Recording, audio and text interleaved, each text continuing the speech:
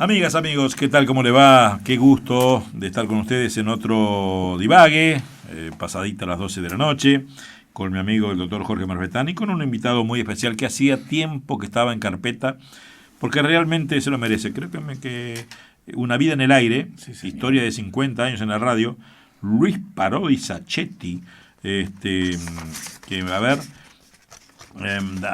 ¿cuál fue el de el que me dedicó para mí? Todavía no. Todavía no bueno, me importa. Dice, para Jorge Marfetán, personaje único en la historia de la radio, vicioso de los viajes. Bien, Bien. Bueno, la verdad que es una gran satisfacción porque además, por supuesto que a Luis lo escuchábamos.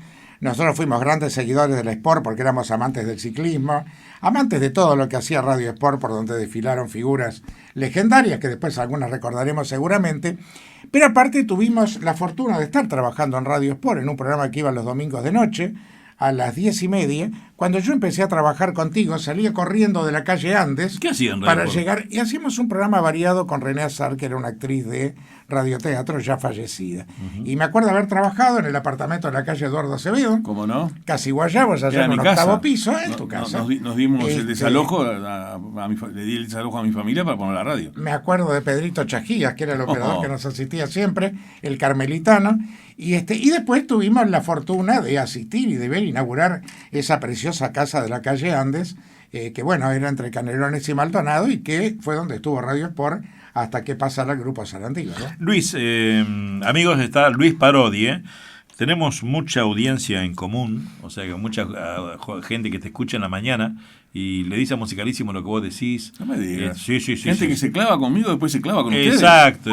Una maravilla. ¿Cuántos años de radio? ¿50? Voy a cumplir 50 años de radio el 2 de mayo del año que viene. Todavía no llegué. ¿Me vas a ganar a mí?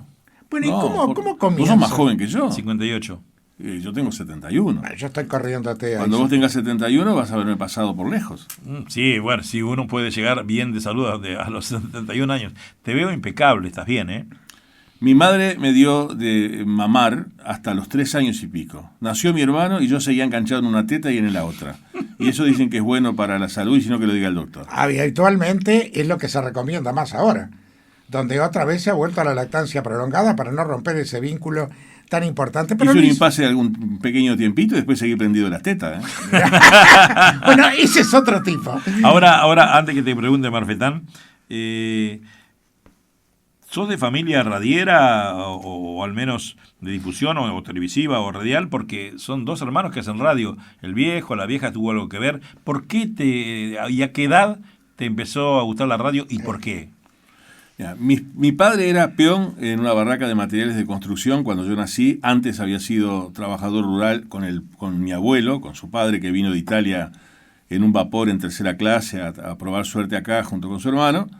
Y mi madre era lavandera, le lavaba la ropa a los alumnos de la Escuela Agrícola Jackson, donde ahora está el Jacksonville, y cuidaba niños del consejo para completar los ingresos familiares y podernos hacer una casita en la calle Ombú 3161, en el barrio de Flor de Maroña, que fue donde nos criamos. O sea, gente pobre de verdad, ¿no? Sin verso. Lo único que mi viejo siempre decía, y era cierto, nunca nos faltó de comer. Pero de ahí en adelante, las corridas que hacíamos para llegar a la quincena, a lo de la tía Margarita para que nos prestara 50 pesos, no están ni escritas, ¿no? Y viceversa, la tía Margarita a veces venía hacia nosotros, ¿no? Gente trabajadora y bien pobre. O sea que no hubo ningún contacto. La primera radio fue un receptor que compró en cuotas mi madre en Casal Varela, lo puedo nombrar porque ya no existe más. Casal Varela era célebre acá en la Ciudad Vieja. Ahí está, un receptor Royal de Casal Varela que llegó a casa cuando yo tendría 8 años y fundamentalmente sirvió para que nos peleáramos con mi prima La Pocha, que vivía con nosotros, y ella quería escuchar el radioteatro de Blanca Burgueño y Julio Alacio. 4:30 de la tarde en Radio Nacional. Bueno, y a la misma hora estaba Nochecita, no, pero después estuvo más tarde. 5:30. Sí. Chocaba con Nochecitas del Fogón de Héctor Umpierres, que era quien yo quería escuchar. Entonces, bueno, unos líos, nos agarrábamos de los pelos con mi prima. ¿Qué edad tenías ahí? 7, 8, 9 años. Y era la vieja radio a válvula, ¿no? Pero lógico, había que esperar que se calentara. O sea que tu vocación se prendió muy chiquito. Pero eso como oyente, ¿no? Sí, eso bueno, pero por algo te gustaba tanto. Después con mi hermano, en el fondo de casa, jugábamos a las radios. ¿Cómo empieza eso? Y jugábamos a las radios. Íbamos al almacén del Chelo, que estaba en la esquina, y comprábamos papel de estraza, y hacíamos círculos con un compás, que eran los discos, un simple cajón de verdura, le poníamos un clavito y ahí poníamos los discos como que estaban girando, un palo de escoba con una lata de pomidoro era el micrófono, y jugábamos a la radio. Salía corriendo mi hermano para la cocina y me decía, son las 3:15. Decíamos, radio imparcial, porque qué casualidad, que jugábamos a radio imparcial, que es donde está trabajando ahora mi hermano, ¿no? Es cierto. Da la hora, y bueno, jugábamos. Pero eso lo hizo mucha gente, ¿no? He charlado con Lucia Regui y me ha contado que con su hermano hacían lo mismo de chicos. Varias personas me han dicho que tenían esa fantasía de chicos y no todos necesariamente llegaron a trabajar en la radio. Bueno, yo recuerdo que con compañeros míos grabábamos La Cinta de Oro. Mirá vos. Claro, sacando las canciones que iban y poniendo nuestras voces. Claro. Era un juego. Ahora, Luisito Parodi, ¿a qué edad empezás? ¿En qué radio empezás? ¿Y cómo empezás? Formalmente, digamos. Formalmente, mi vida empezó por otro lado. Trabajé en la seminería Beltrame, perdón, es un Dale. un chivo, estuve mal porque tendría que haberles pedido perdón. Arriba. Después entré en el Banco Pan de Azúcar. Mi vida transcurría como bancario y teníamos un grupo en la parroquia Santa Gema, a la que íbamos casi todas las noches a distintas actividades, y los domingos a veces me tocaba ser guía de misa. Y un domingo había hecho mucha amistad con Heriberto Dolan, que era un cura que se había decidido a hacerse sacerdote ya como cerca de los 30 años, y un caso parecido al de Popelka, en este caso un rugbyista del San Isidro Club de Buenos Aires. La novia se va de monja y él se va de cura. Y termina sus estudios acá, en Montevideo, y era un tipo que nos entendía fenómeno, porque los curas que entran al convento a los 11 años, a veces están fuera de la vida, ¿no? Por fuera de la vida. Cambia un tipo que hasta los 30 tuvo novia, que anduvo dando vueltas por ahí, que jugó al rugby, que se encontró con todas las virtudes y las miserias de la vida. A veces es más fácil que uno lo entienda. Jugaba al fútbol con nosotros. Yo entraba al equipo de fútbol cuando faltaba alguien porque era muy malo, pero de cualquier manera estábamos siempre en contacto con él. Un domingo de mañana voy y me dicen que Heriberto está enfermo. Y yo era uno de los pocos al que los curas dejaban subir a las habitaciones, porque viste que en ese sentido son muy reservados. Voy a saludarlo y a preguntarle si precisaba algo. Me dice, estoy re caliente, porque hoy tengo el programa en Radio Independencia, él hacía un programa en Radio Independencia, con lo que nos cobra ese armenio y no puedo ir, estoy muerto, estoy con fiebre, no sé qué. Estaba todo arrolladito ahí, temblando el pobre Heriberto. Y de repente, no sé de dónde saca este pensamiento, me dice, bueno, si yo te lo escribo, ¿no te animás a leerlo en la radio? Heriberto, yo me animo a cualquier cosa, dale. Se levantó, agarró una Olivetti Lettera 22 y empezó toca a hacerme un libreto, volelo, leía delante de él y me dice, bueno, dale, rajá, que en el 106 que tenés que llegar antes de las 12, creo que era las 12 del mediodía, si no estoy equivocado, a la calle Paysandú, donde estaba donde funciona toda la vida. Toda la vida Radio Independencia. Y ahí llegué y me encontré con un locutor operador, Eduardo Pintos, hace muchos años que murió, en aquel entonces tenía su que ver, tenía su trascendencia. Y hago el programa y al juicio de Eduardo Pintos, aparentemente lo leí correctamente, me dice, che, qué linda adicción que tenés, ¿por qué no te dedicas a la radio? Y digo, mirá, siempre soñé con eso, pero yo qué sé. Yo te presento en Radio Fénix, que soy amigo de Rabasa, y en la parroquia teníamos un grupo de folclore. Entonces, el grupo de folclore se llamaba Los Troperos. Y ahí salimos, presentados por Eduardo Pintos en Radio Fénix, haciendo el fogón de los troperos. 2 veces por semana, a las 10:30 de la noche, de 10:30 a 11. Pero a pesar de que yo mangaba a todos los clientes del banco para que me dieran publicidad, no llegaba a los números y todos los meses... ¿Era el Rachiope y el dueño de No, Fénix? no, era Rabasa. Ah. Rabasa. Don Julio Rabasa. Después yo estuve en la radio cuando la compró Rachiope, ¿no? Al poco tiempo la compró Rachiope. Y estaba el hijo de Rabasa, que nos hicimos muy amigos con Julito, que dicho sea de paso, capaz que está escuchando Oriental en alguna parte y me encantaría volverlo a ver. Y se me perdió. Lo último que supe estaba en Colonia con determinadas actividades, pero después no lo vi nunca más. Bueno, siguiendo con el lineamiento del que estábamos hablando, empecé con el fogón de los troperos, no me daban los números, fui a hablar con don Julio, decirle, mire don Julio, a fin de mes le vamos a dejar el programa porque esto no es para mí, no es para cualquiera la bota de potro, no me da. Y don Julio me dice, es una lástima, porque usted es un muchacho joven, yo tendría en ese entonces 22 años. Y de repente me llama por teléfono al banco y me dice, ¿usted cuando sale a las 7:20 del banco, qué hace? Mire, me voy para mi casa, trabajo de mañana en otro empleo, de tarde en el banco, me voy para mi casa. Porque si usted me hiciera un turno de locutor operador de 8 de la noche a 10, de lunes a viernes, yo le cambiaría ese turno por el programa para que usted lo siguiera haciendo. Y bueno... no lo pensaste mucho. No, hablé con mi señora, porque en definitiva le tenía que dejar una foto ¿Ya estaba filmada. casado a los 22 años? Sí, estaba casado, sí. Estaba casado y al poco tiempo ya tenía mi primer hijo de los 5 que tengo. Y de los 10 nietos. Ah, la pucha. Seguí... Perdón que te interrumpa. ¿Cuántos matrimonios en tu vida? 4. Perfecto. Con la única diferencia de que hay una esposa que es mi esposa impar. La primera y la tercera fue la misma. Después, bueno, después vamos a ahondar en eso. Después no contá porque eso es muy interesante. Pero ¿qué pasó con... Que va a ser interesante. De 20, no hagan la prueba, por favor. ¿Qué pasó de 8 a 10? Bueno, me hice locutor operador de la radio. Ahí conocí, por ejemplo, a gente que iba a hacer sus programas. Me acuerdo que había un payador galo que ya es fallecido, pero que el guitarrista que llevaba era un chiquilín de 16 años que resultó ser don Julio Covelli. Nada más ni nada menos. Nada más ni nada menos. Que ahí lo conocí a Julio, fíjate vos que eran años. Iba otro señor a hacer un programa que trabajaba en el Parlamento y se llamaba Enrique Erro, y yo era el operador del programa Enrique Erro. Entonces me empecé a vincular, a conocer gente. Esa misma presencia ahí en la radio, cuando vamos a entendernos, no existían las FM. Por supuesto. La televisión era absolutamente bisoña, en blanco y negro, transmitía algunas horas y otras Estamos no. hablando de los años 67, 68. Sí, en 1967 empecé yo. El 2 de mayo de 67 empecé con el Fogón de los Troperos. Y bueno, ahí comenzó todo. Después hicimos un festival de la confraternidad folclórica, invitados por Eustaquio Sosa en Radio Clarín, cuando Radio Clarín todavía no transmitía música típica folclórica para la Cuenca del Plata. Para darles a ustedes la dimensión del tiempo que ha pasado, ¿no? Y te quedaba, porque todavía seguías en el banco Pan de Azúcar, ¿no? ¿Y te quedaba algún mango por mes de la radio o no?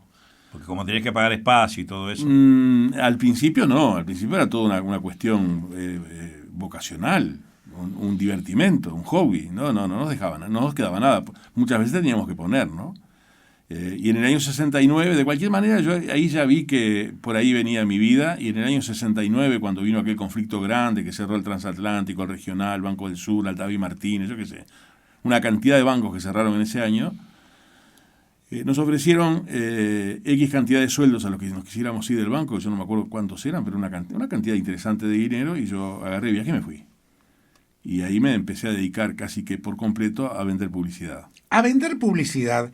Y tú habías dicho que no eras bueno para eso al principio. ¿Y por qué te decidiste? Y además dejar un puesto seguro como es un banco.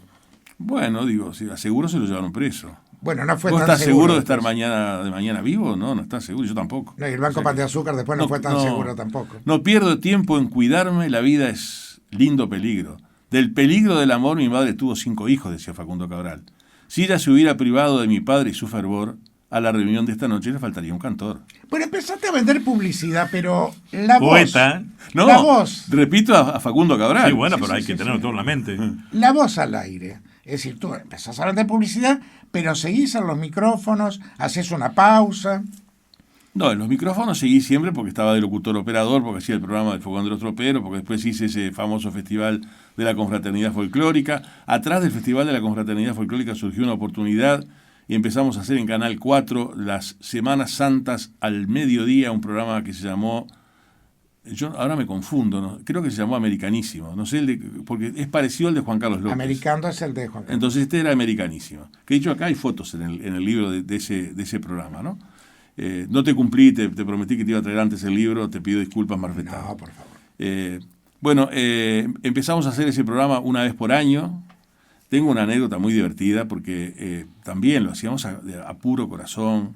El último año que lo hicimos, actuaron en Canal 4. El último año, como venía bien el programa, nos dieron el sábado, el último día, para salir atrás de los circulares de Mancera. Terminaban los circulares de Mancera a las 9 de la noche o a las 10, no me acuerdo a qué hora, y atrás salió el programa nuestro. Y como fue todo un éxito y habían actuado los solimareños que recién empezaban, y yo qué sé cuánta gente más, fuimos al boliche de enfrente, que era el bar Monte Carlo, que estaba en la galería, que ahora no existe más ese bar, ¿no? Claro. Porque recuerden que Monte Carlo Televisión, su primer estudio, fue 18 donde hoy es de Divino, ahí en claro, 18 de ahí Oro está, Acevedo. ahí está. Y invitamos a toda la barra a tomar algo. Y yo esto lo hacía un poco en sociedad con Hugo Carli, un querido amigo, el bichapoco, siempre le dijimos, porque desde niño tenía unos lentes de esos culo de botella maravillosos, ¿no? y de repente el bichapoco me dice, ¿cuánta plata tenés? Poco, ¿por qué? No nos da para pagar la vuelta. Medite, ¿eh? Bueno, llegó el momento de pagar, se fue todo el mundo, esperamos al final, después que se fueron todos, contamos los pesitos que nos habían quedado a los productores de televisión maravillosos de aquellos tiempos, y le digo, mira, nos da justo para pagar y nos queda plata para 2 boletos de ómnibus para irnos para la curva de Maroñas. Bueno, arriba, vamos a pagar. Entonces pagamos, nos paramos en la esquina como a las 3 de la mañana en 18 de julio y la universidad, esperar un 103 o un 106 que los dos nos servían, y de repente cuando viene el ómnibus me dice, Carly, no lo tomes. Loco, ¿cuándo va a venir otro? Vamos a tomarlo. No lo tomes. Pero explícame, yo te digo que no lo tomes, espera, se va el ómnibus, digo, ¿qué pasa? A medianoche subió el boleto, no nos alcanza la plata. ¡No! Juro que estoy diciendo la verdad, ¿eh?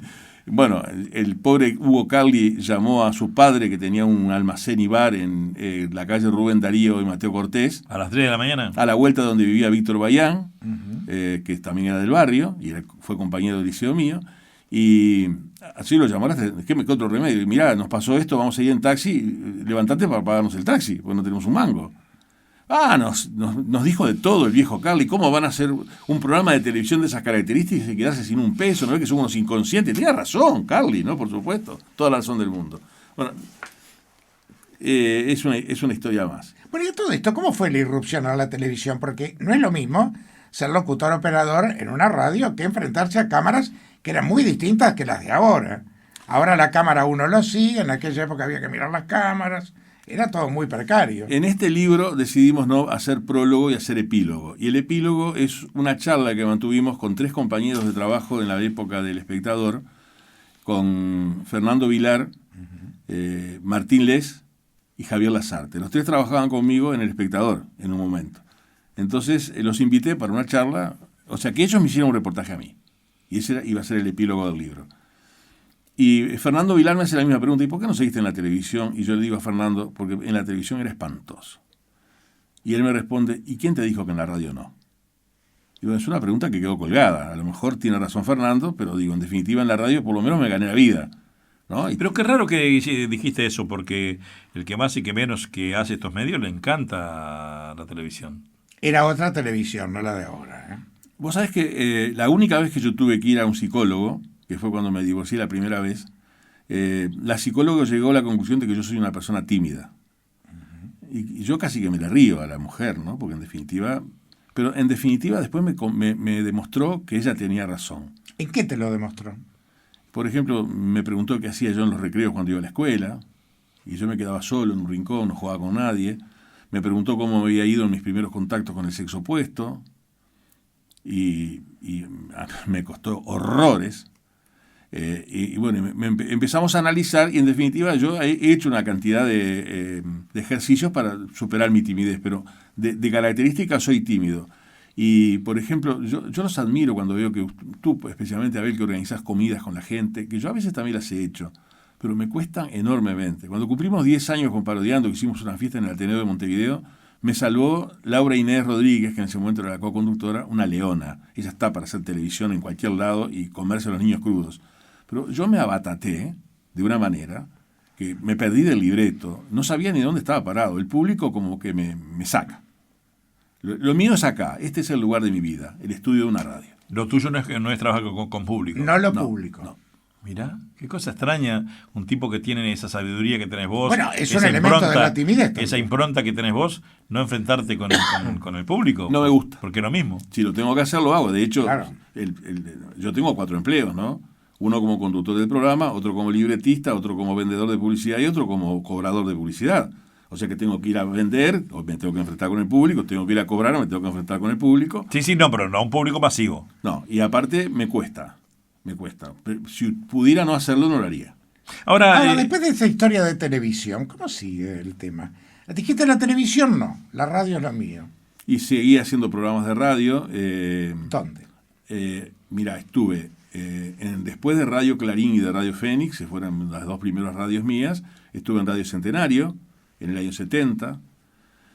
Ya ahí las cosas no andaban bien con la venta de publicidad. Yo tenía que salir a vender un producto que, como ya tampoco existe más, lo puedo nombrar, que es el plastificante Coverit. Coverit, sí. Bueno, salía para campaña a vender Coverit de lunes a viernes, y sábado y domingo hacía en Radio Centenario un programa de tarde que se llamó Ruta 36. Hay que recordar que se empezaba a pagar la estrella de Centenario, que en toda la década del 60 era la emisora musical, Sí, claro. la emisora de los jóvenes, Sí, lógico. con grandes conductores, la cinta de oro, la cinta del recuerdo, el Radio Club Musical de la hora 20, Rodríguez Tabeira, Tal Caravana. Bueno, Raimundo Soto, Raimundo Soto. los grandes radioteatros de Jugar Salcedo y 16 Liliana Olagalay. Me iba a verlos grabar porque me parecía mágico en épocas en que los sonidos no los tenías en una computadora, ¿no? Tenías que generarlos tú.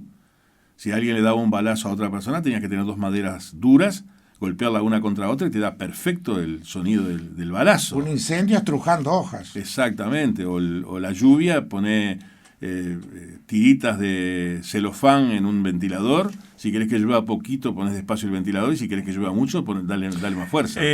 Luisito, como tenemos 1 hora y media y tantas cosas para hablar contigo, ¿cómo llegaste a hacer tanto dinero para comprar una radio? Vos fuiste el dueño Propietario, el ¿no? propietario de Radio Sport, ¿no? Sí. Hay que llegar de comenzar sin nada, irte del banco, vender publicidad, pero de ahí a comprar una onda de radio no Primero, es fácil. ¿cómo llegás a aquello que era Difusoras del Uruguay, aquel monstruo que eran Espectador en auge, Sport en auge y Difusora Rochense? En definitiva, después del Centenario pasé a CX32, que ahí era Radio El Mundo, y estaban al frente Lencina, Alonso, Lavadía y no sé cuántos más. Y allí de pronto compra el Pisa Severino, que era el que traía acá la serie Bonanza, y ahí compra en determinado momento Pablo Lecueder, y habla conmigo y me dice que lo que él va a hacer con la radio no tiene nada que ver con el estilo mío, que él aspiraba a que yo me fuera de la radio, ¿no? Yo tenía un contrato como por un año más, pero hablé con el papá de él y arreglamos en términos muy, muy, muy cordiales todo. Ojalá que siempre en todos los aspectos de la vida me hubiera encontrado con gente tan bien como esa, ¿no? Y allí Arnoldo Dañino, que era el dueño de Coverit, uno de los dueños de Coverit, querido amigo, que se lo llevó un cáncer lamentablemente, me dice: yo te voy a presentar en Radio Sport porque gasto mucho en publicidad con Coverit y voy a tratar de hacer fuerza para que tú entres ahí, que eso es una radio bárbara, que cumple bla, bla, bla, bla. Me llevó a hablar con don Roberto López Barofio. Y López me dijo: mire, yo tengo dos caminos con ustedes. Primero que nada, quiero cumplimentar lo que me pide Dañino. Tengo dos caminos. O hacemos todo el trámite para que usted ingrese a la radio y nos va a llevar de repente 6 meses sin resultado que yo le pueda asegurar favorable, porque todo depende más que nada de Amengual y de todo el directorio y de Dupetit, que era el verdadero dueño, ¿no?, del mundo Dupetit. Y la otra es que hay detrás de una señora, muy bien haciendo un programa, pero que nos prometió que iba a vender publicidad y no vende nada. ¿Por qué no se pone hombro con ella a hacer la fonola de tarde en Radio Sport? Fonola. Y ahí nos conocemos. Bueno, digo, déjame hablar con esta señora, no quiero meterme a complicarle la vida a esta señora.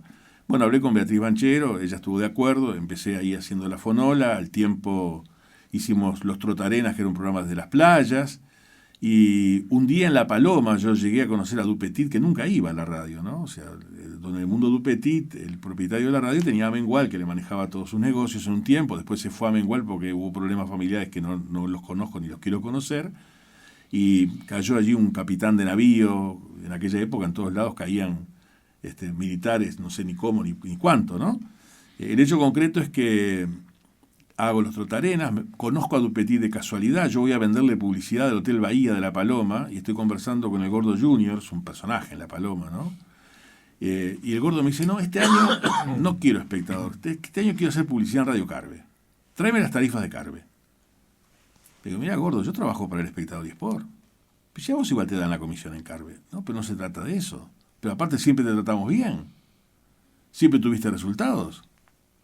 ¿A qué viene esto? No te entiendo. Y durante 15 minutos estuvo buscándome hasta que de repente larga la carcajada y me dice: ¿no conoces al señor que está ahí atrás? No, era Dupetit padre. Mira. O sea, que te quería hacer entrar en broma, pero te quería hacer a ver qué decías vos. Una normal. Fíjate, si yo agarro para el otro lado, seguro, claro, pierdo el empleo, ¿no? Sí, claro. Por suerte nunca jugué ese partido, nunca lo jugué. Entonces me da un abrazo Dupetit, me invita a almorzar. Y Dupetit estaba escuchando todo lo que vos decías. Lógico.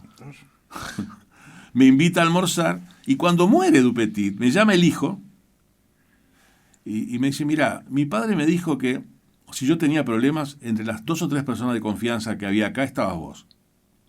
Y necesito vender Radio Sport para salvar al espectador. Bueno, tenés un grupo de gente que te respalde para comprar Radio Sport.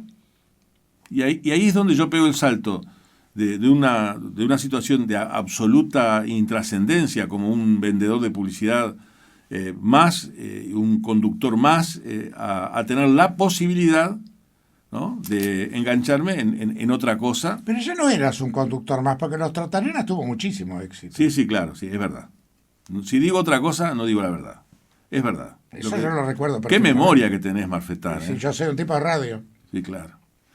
Bueno, el hecho concreto es que ahí nos juntamos el doctor Edison González Lapeire, una señora Ana María Belve, que era amiga de la que en ese momento era mi señora, Carlos Suárez Lerena, que después fue diputado del Partido Nacional. Formamos una vaquita, juntamos unos mangos, yo quería quedar como gerente porque no tenía un mango. González Lapeire me dijo, yo entro con la condición de que vos también pongas algo de plata. ¿A cuánto podés llegar? Y yo puedo llegar a $5.000, que es lo que vos tenés ahorrado. Bueno, yo te presto 5.000 más, entra con 10.000 en la vaquita. ¿Cuánto salía la radio en aquel entonces? Y en total estábamos hablando de que nosotros la debemos haber pagado, creo que algo así como $250.000. Wow. Pero compramos contado Difusora Rochense, que también formaba parte de la empresa. Sí, vos eras director de Difusora, me acuerdo. Ahí está. Compramos contado Difusora Rochense y a timbiar Radio Sport. Esa fue la estrategia del grupo. Estamos hablando del año... finales del 85. A ver, para que no entendí, ¿cómo atimbiar Radio Sport?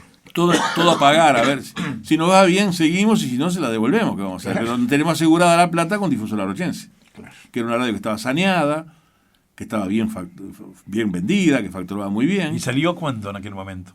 Difusora Rochense, $40.000 contados. ¿Qué pasa después?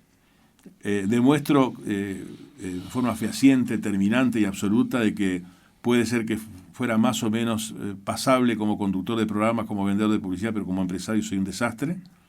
La radio no funciona, en ningún momento la radio, ni un solo año la radio estuvo en negro, siempre estuvo en rojo.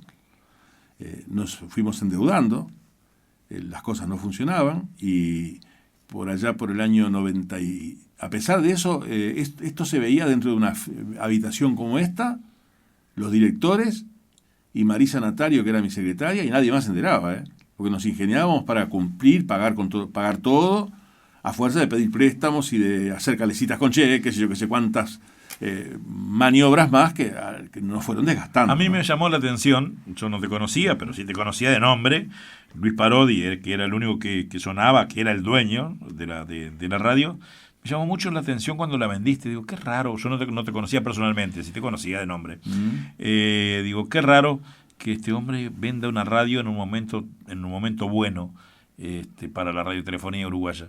Y después cuando me enteré que vos seguías haciendo radio, y ahí pensé, pero pasó de empresario a ser conductor. No, que no dejaste de ser empresario, ¿diste? No, pero empresario de dueño de una onda, no, a eso me refiero. Manejar un programa de radio es ser empresario en realidad, pero digo... porque vos vendés. Muy acotadamente, digo, en definitiva, para manejar una radio tenés que manejar aspectos técnicos por el transmisor,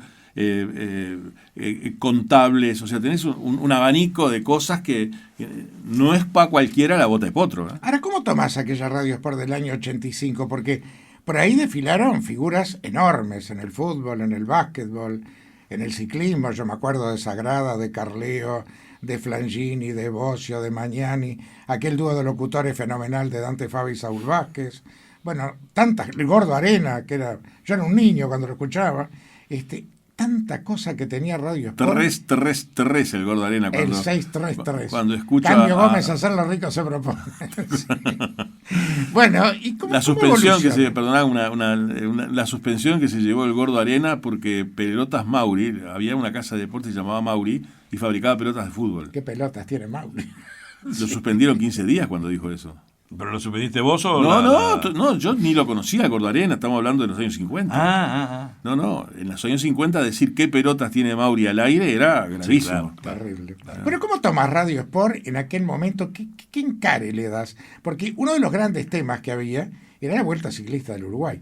que había sido creada por Radio Sport, que había sido hecha con el Club Policial, después vinieron los problemas en el Policial, después se la apropió la Federación Ciclista Uruguaya, y ahí hubieron muchos temas, muchos dolores de cabeza. Sí, digo, tú decís se la apropió y en parte puede ser que tengas razón y en parte no, porque en definitiva en la época de la dictadura el Club Policial salió a hacer una rifa que se llamó el Agacán, que lo disimularon, o trataron de disimularlo para que nadie supiera que estaba detrás del Club Policial, pero la gente se dio cuenta y nadie compró la rifa. El Club Policial quedó muy mal parado económicamente, y entonces digo, fue un poco fue una apropiación tal cual como vos lo decís, pero otro poco fue una salvación para la Vuelta Ciclista también, ¿no?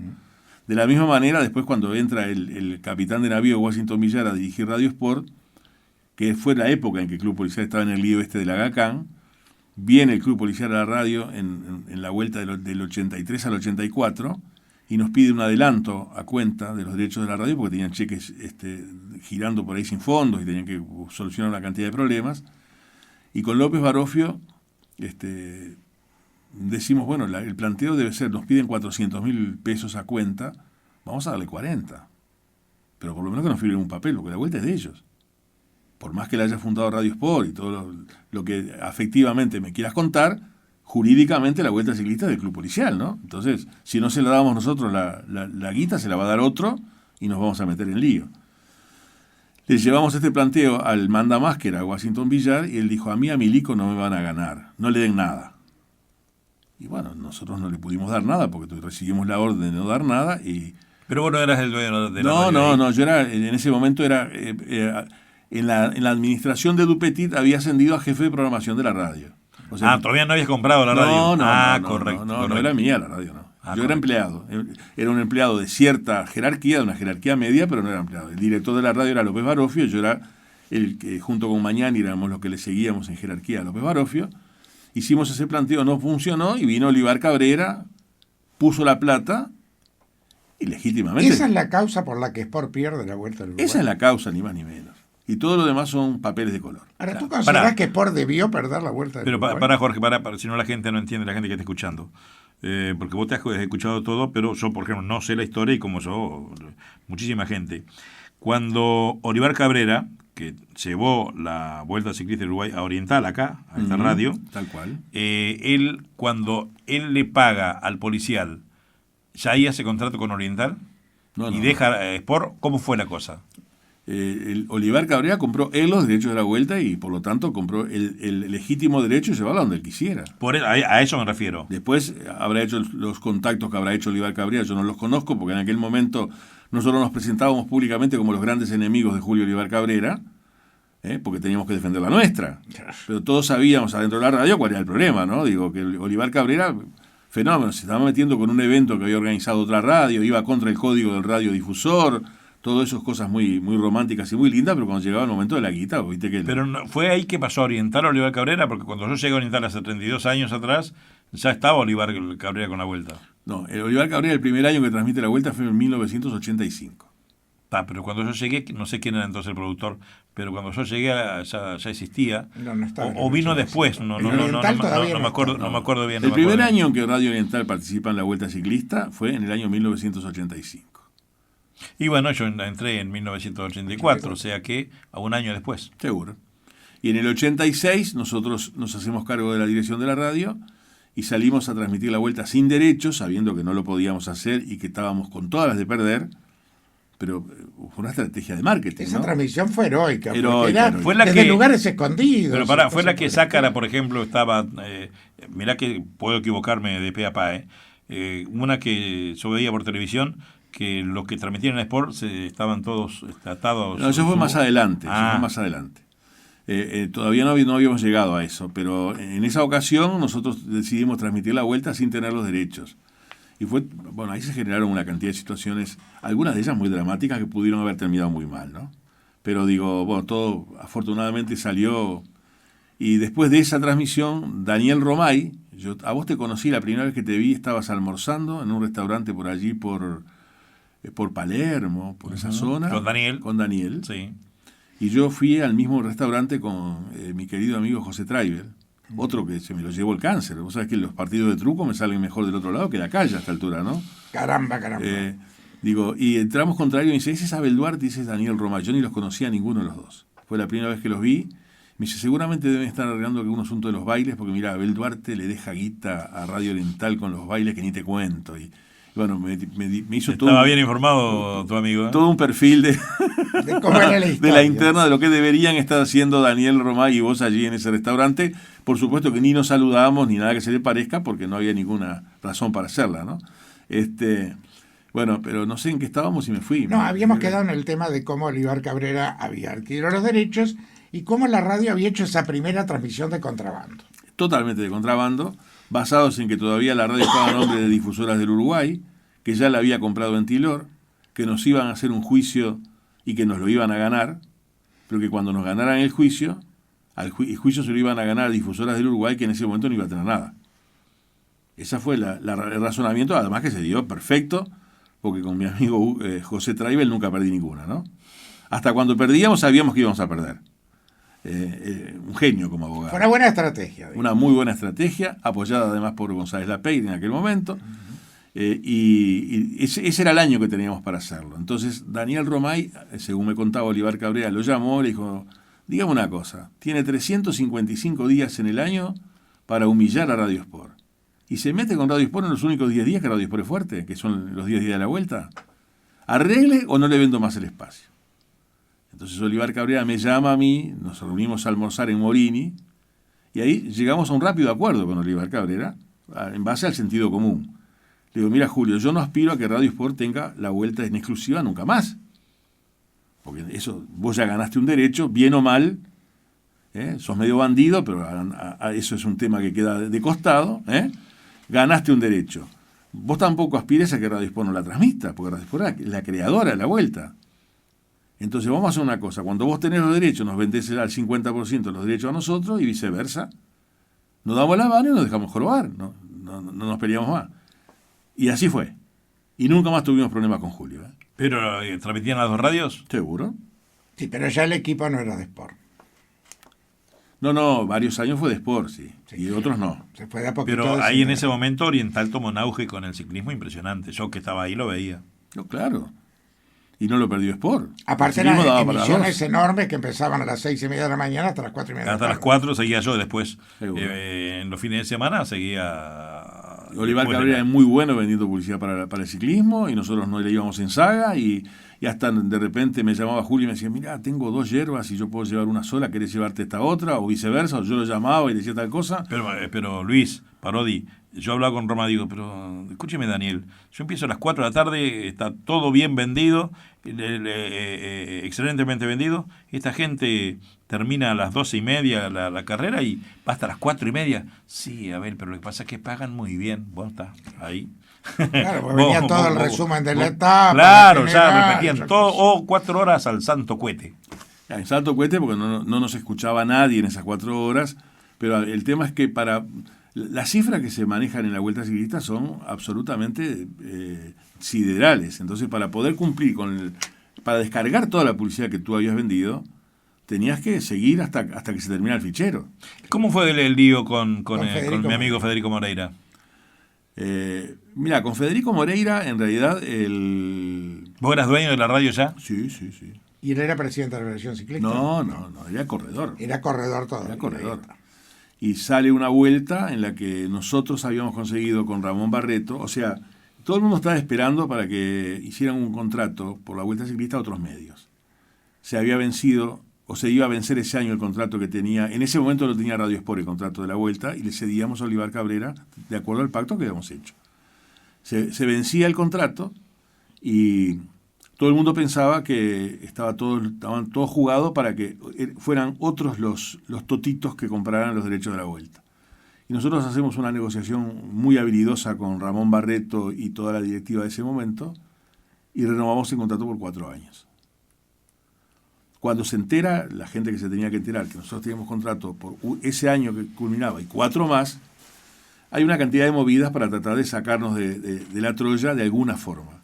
Y lamentablemente, en este caso, yo tengo que decir que el gran deportista que fue Federico Moreira, de quien una vez Primo Zuccotti me dijo, más si tuviera un 10% de lo que tiene acá acá sería el mejor ciclista del mundo. Se está señalando la rodilla con La la cabeza. y la rodilla. Ahí está, estamos en radio, ¿no? Quiso decir que Federico Ojalá Moreira tuviera la cabeza abierta como su físico. no era muy habilidoso mentalmente. Lo usaron en esa ocasión, a mi juicio, y él nos hizo una huelga de ciclistas porque habían 3 kilómetros poseados. Menos mal que fue en aquella época, que donde las carreteras estaban un poco mejor que ahora, porque si ahora vas a hacer un recorrido de la vuelta y lo querés hacer sin tener 3 kilómetros poseados... Cada vez se hacen más neutralizaciones. Por eso, digo, era una locura lo que hizo Federico Moreira, y otra locura la que hice yo, porque en el momento en que la caminera hace determinadas correcciones en el itinerario y no sé qué cuánta cosa, y la cosa se pica con Federico Moreira, yo voy al móvil a pedirle a Zácara, a Flangini, a Telis, a todos los muchachos de Radio Sport, por favor no se calienten, quietos, no digan nada. Y viene Ramón Barreto, que en ese momento estábamos con una bronca bárbara con Ramón, porque en el momento que tenía que estar ahí como presidente de la federación se había decidido a llevar a un ciclista herido. O sea, salió de la Troya para no comprometerse, Ramón, esa es la pura verdad. Y viene Ramón Barreto y no sé qué me dice, y el que me caliento soy yo, y digo una cantidad de disparates que no debía haberlos dicho. Primero que no los debo decir nunca, porque por ese camino uno nunca llega a ningún lado, y mucho menos lo podés decir cuando sos el director de la radio, ¿no? Entonces se genera toda una situación a tal punto que la caminera nos sugiere no entrar a Salto, porque toda la gente estaba en Salto esperando a Radio Sport para agredirnos, porque eran fanáticos de Federico Moreira. Federico Moreira era un ídolo, ¿no? Claro. Bueno, y eso fue todo. Después que terminó todo esto, yo me fui un día solito, callaba la boca, me agarré el auto, me fui a Salto, hablé con él, y todo esto terminó en que un par de años después Federico Moreira fue el comentarista de Radio Sport. Sí, es cierto. O sea que todo terminó lo más bien con Federico Moreira. ¿Qué hora es, Jorge? Bueno, hemos pasado ya la 0:40. Caramba. Señores, estamos en Radio Oriental de Montevideo, Uruguay, para el mundo, en pleno musicalísimo, en pleno divague. Un invitado muy especial, Luis Parodi, hombre de radio. ¿Por qué vendés Radio Sport? Estábamos endeudados, yo estaba muy, muy desgastado de una tarea por la que no sentía el más mínimo cariño, que era la de empresario. La misma pregunta me la hizo una persona que en aquel momento tenía mucho que ver y que no quiero mencionarla porque no le pedí permiso, pero me llamó y me dijo, no vendas Radio Sport, mira que el poder es un 70% de dinero, venga de donde venga, y un 30% de información, venga de donde venga. Y esto te lo digo para cualquier partido que esté en el poder, en cualquier país. Siempre es así. Con un medio de comunicación, si vos estás endeudado, alguien va a venir a tirarte un pial y vas a salir. No vendas, no, quédate. Y yo le dije, mira, fulano, lo que vos me decís son sabias palabras, yo las comparto, sé que es así, pero estoy cansado, no es para mí. Y hay alguien que... Nosotros la radio la vendimos, no la regalamos, la vendimos en $1.280.000. Eso fue en el 96. 97. ¿No? 97. El mayo del 97.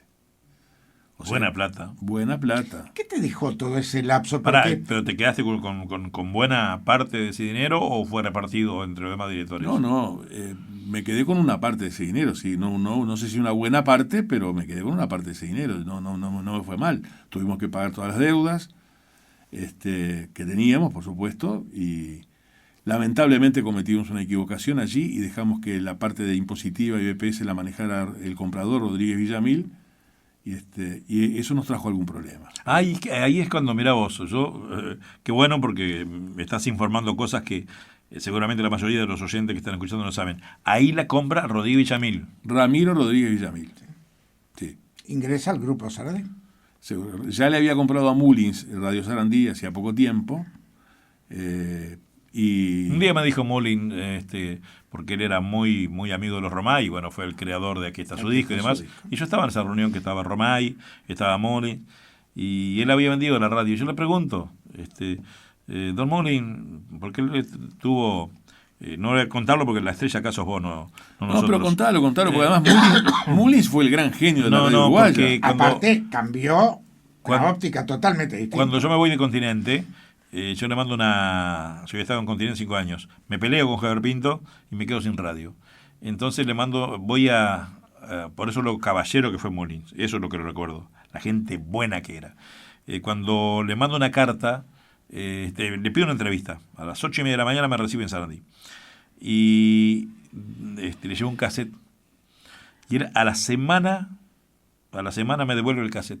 Y me dijo textuales palabras: mire, señora Abel Duarte, su estilo de hacer radio no es para Radio Sarandí, pero usted va a llegar lejos. Siempre me quedó, hasta ahora tengo esa cartita, nada más. Hay que recordar que en aquel momento Radio Sarandí reformuló su programación de tal forma que se transformó en una radio intelectual. Una radio para el público ABC1. Exacto. ¿No? Primero Mullins, demostrando que para mí el gran genio de la radiodifusión uruguaya de todos los tiempos se llama Mullins, Sí. Jorge Nelson Mullins. Fíjate que los Romay le encargan una programación para Don Juan y Doña María. Y Mullins crea: aquí está su disco, Diario Oral Monte Carlo. Pone en el aire una radio que hasta el día de hoy sigue primera. Sí, señor. Pasaron los años y nunca nadie pudo con Radio Monte Carlo, organizada por Mullins. Nadie. Después él sigue su trayectoria con la colaboración de unos socios cubanos que tenían en aquel momento compra Radio Sarandí, y dice: bueno, ahora tengo que hacer una radio dirigida a otro público, ¿no? La organiza, y Radio Sarandí, mientras estuvo Mullins, siempre fue la número uno en el público al que se decidió Mullins que se iba a dirigir. O sea, es un genio. Sacarle el sombrero. Primero, que era una persona de bien a carta cabal. Totalmente. Y segundo, un genio de la radio, un genio de las comunicaciones. Bueno, cuando tú vendes Radio Sport, ¿cómo surge después la idea de quedar como conductor dentro de la radio? Y primero, a lo que dice Jorge, ¿cuánto hace que estás como conductor parodiando? 13 años y pico. Ahora, el 3 de febrero cumplo 14 años. ¿Por qué vendés la radio? Sí, sí, claro. Después que vendo la radio, me tomo un año sabático. No haces nada. Nada. Después de ese año sabático, me contrata Radio Rural 2 años. Era en la época en que Radio Rural tenía aquel intríngulis que se habían pasado a llamar Radio Capital y no sé qué cuánto día. Creo que alguna vez te escuché era de mañana, ¿no?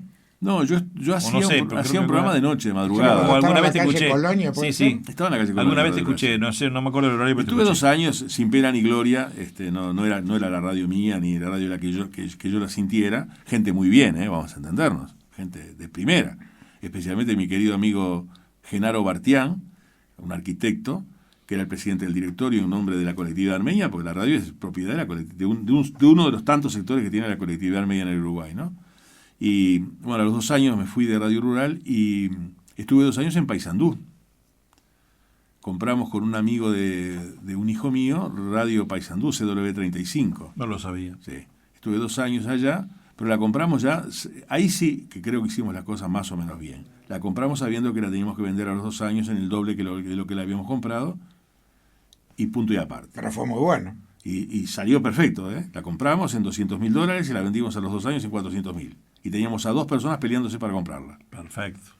Perfecto. Nadie discutía en el momento que yo me vine para Montevideo que Radio Paysandú fuera la más sintonizada de Paysandú. Mira. Eso fue tal vez lo más lindo que hice. Hasta empezamos para formar la programación de Radio Paysandú haciendo una encuesta de hábitos y costumbres de los sanduceros. A ver, ¿qué hacen los sanduceros? ¿Qué les gusta? ¿A qué se dedican? ¿Qué les falta a los medios de comunicación para, en base a eso, armar la programación? Y bueno, no fue bárbaro. No fue bárbaro. Ahí me vine para acá, dispuesto a cuidar a mis nietos y a colgar los botines, y de repente me llama el Toto da Silveira. Me dice: Luis, quiero hablar contigo, estamos como locos acá. Nos dieron la radio para que la gestionemos, porque no nos pudieron pagar los créditos laborales. Hicimos un juicio y ganamos el juicio, pero resulta que no hay plata. Entonces nos dieron la radio para que la gestionemos hasta que nos cobremos los créditos laborales. Necesitamos a alguien que nos ayude en la parte de venta. Pensamos en vos. Digo: mira, Toto, yo voy con mucho gusto a hablar contigo, pero mira que si de esta subida al cielo, la tierra no bajó más, ¿no? Digo, no cuentes conmigo para nada de eso. Lo que estoy extrañando, Toto, y ya te lo digo, me está faltando hacer un programita de radio, ¿eh? Me está faltando. Pero Luis, esta es tu radio, vení mañana mismo, no sé qué. Muy, muy amablemente me abrió las puertas da Silveira, me llevó a hablar con Gorsi, y ahí pactamos. Era por allá por octubre del año 2002. Me dijeron: empezá cuando quieras. Digo: no, déjame que pase el verano, que disfrute del verano, y en febrero empiezo. ¿Y cómo surge ese horario?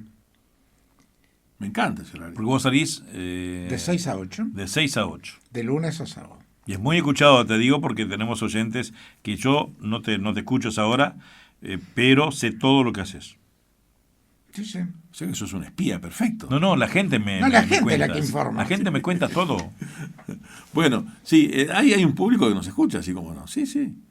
No me puedo quejar. Los clientes que hacen publicidad allí están conformes. Encontré una forma de pasarlo muy bien, hacer lo que a mí me gusta. ¿El pago es pago o hacer coproducción como hacemos nosotros acá? No, es totalmente mío. ¿Lo pagás a la radio? Le pago a la radio todos los meses un precio y todo lo que entra ahí es nuestro. Pero aparte es matizado, porque tenés noticias, tenés recuerdos, tenés juegos, tenés premios. Sí. Bueno, creo que está Verónica Chevalier contigo ahora. Está Verónica, que me pidió por favor, y no habíamos llegado a eso, pero me pidió por favor que les mandara un saludo muy grande a los dos, pero en forma especial, y no te enojes, Abel, a Marfetán, porque se llama no sé, seguramente, no sé qué historia habrás tenido vos con Verónica Chevalier, ni quiero saberlo, pero... No, ninguna historia. Verónica Chevalier llegó a Musicalísimo porque era una gran oyente de Musicalísimo, y le habían hecho un diagnóstico erróneo. Con 15 años. Le habían dicho que tenía una leucemia, lo cual fue un impacto tremendo para ella, para su familia. Estuvo 6 meses sin estudiar, hasta que al final era una mononucleosis complicada. Entonces llega un buen día a la radio, y yo ya empezaba a hacer un poco de conducción dentro de Musicalísimo.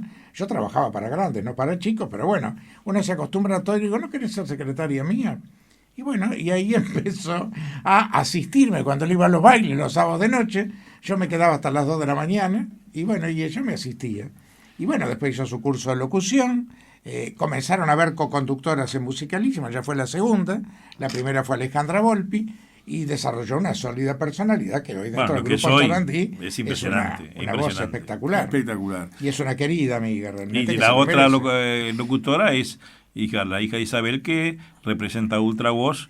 Aquí en La Voz, claro, Ultra Voz, primero Isabel que es y Laura. luego Tatiana, ¿no? No sé si Tatiana sigue contigo, ¿no? Sí. Laura, sí. Es Laura. Cuando, todo se produce, la venida de Verónica Chevalier se produce cuando fallece el papá de Laura. Es cierto. Voy un día, y ya a esta altura del partido, que las redes sociales, o sea, monté un monstruo que me cuesta manejarlo a mí solo. O sea, que además no lo sé manejar porque hay una cantidad de cosas que se me escapan. Un día lo hice solo y vi que me sobrepasaba, y le digo al locutor, al operador del programa, Andrés Méndez, che, ¿no habrá nadie que pudiera venir a darme una mano estos días mientras hace su duelo Laurita? ¿Y por qué no hablamos con Verónica Chevalier? Sí, porque ella aparte estaba yendo a Disney de mañana. Seguro que estaba de vacaciones Binagui. Claro. Alejandra Binagui. Y da la casualidad que el día que yo la llamo a Verónica y le digo, ¿no te animás a venir unos días a ayudarme de mañana, no sé qué diablo? Era el día que volvía Alejandra. O sea que calzó justito, dejó Disney y vino con nosotros esos días por el duelo. Y hicimos tuvimos una simbiosis tan grande, o sea, nos sentimos tan cómodos trabajando juntos que al final le buscamos una vuelta para quedarnos los tres en el programa. Ahora estamos Verónica Chevalier, Laura Tatiana Ballesté y yo. ¿Y cómo es el programa para aquellos que no te han escuchado? ¿Cómo de esas, cuántas horas son? Son 2 horas. 2 horas. ¿Ahí le permitís a la radio que te ponga publicidad? No. ¿O es solamente publicidad solamente la nuestra. Parodiando? Sí, solo la nuestra. ¿Y cómo es el programa? La primera media hora leemos los títulos de los diarios y algunos de ellos los comentamos. Siempre nos pasamos, teníamos menos 20 por allá, más o menos. Y después empezamos con distintas secciones, hasta con palabras que han sido inventadas por nosotros mismos, que la quiribanda, que no son otra cosa más que las efemérides, ¿no? Pero le decimos la quiribanda por una manera de llamarle de otra manera. Hacemos una zona de juegos, o sea que le invitamos a los oyentes a que nos llamen y planteamos diversas fantasías, todos los días diversas fantasías, para que eso lleva más o menos 10-12 minutos. Son todas secciones diferentes. Hay un escritor, Rafael Varela, que es el que me ayudó con este libro, que ahora está haciendo entrevistas imaginarias. Esta semana, por ejemplo, entrevistó a un imán de heladera. ¿A qué? A un imán de heladera. Hace poco entrevistó a una alfombra. Ah, la pucha. ¿Qué te puede decir una alfombra cuando vos te pones a hablar con ella? Con un talento tan grande que es espectacular. Todo surgió a raíz de que le comenté a Rafael algo que hacía Rubén Castillos en Discodromo con el libro de Jorge. No sé si te acordás del libro de Jorge. Me acuerdo, ¿cómo no? ¿Vos sabés quién era Jorge? ¿Quién era? Ah. No, eso no sé. Maggi. Carlita Maggi. Carlos Maggi era el que falleció escribía. hace tan poco y que Sí. mantuvo su lucidez impresionante. Impresionante. se encontraban en la tribuna olímpica del Centenario, los dos eran hinchas de Peñarol, iban al mismo lugar de la Olímpica, y ahí se intercambiaban los papelitos y después no se veían más para que nadie supiera quién era Jorge. Entonces Jorge mandaba entrevistas a la radio, objeto, taburete. Y le hacía un reportaje a un taburete. Estamos hablando de aquella época. Yo me guardé el libro de Jorge, se lo pasé a Rafael Varela, y de alguna manera Rafael Varela no está haciendo lo mismo, pero es una cosa inspirada en aquel... Claro, es un hilo conductor. ¿Lo tenés libretado al programa o...? Algunas partes sí, otras no. Tú mismo dijiste que libretabas tú. Sí, sí. ¿Cómo lo haces? ¿Te sentás un rato antes del programa? ¿Lo haces tarde? No.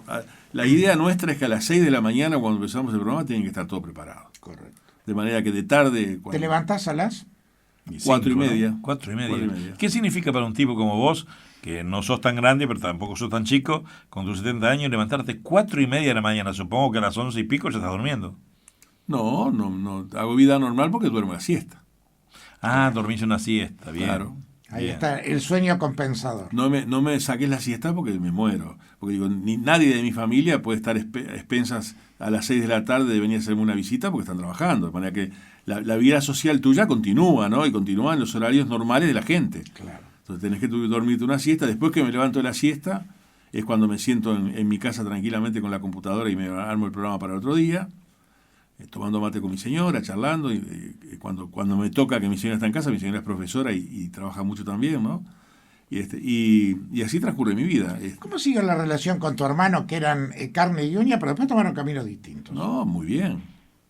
Ahora en este momento a la esposa de mi hermano se le ocurrió hacer un encuentro son 5 hermanas, ¿no? Y decidieron encontrarse, porque una está viviendo acá, la otra allá, no sé qué diablo, decidieron encontrarse las 5 en París. Mira qué bien.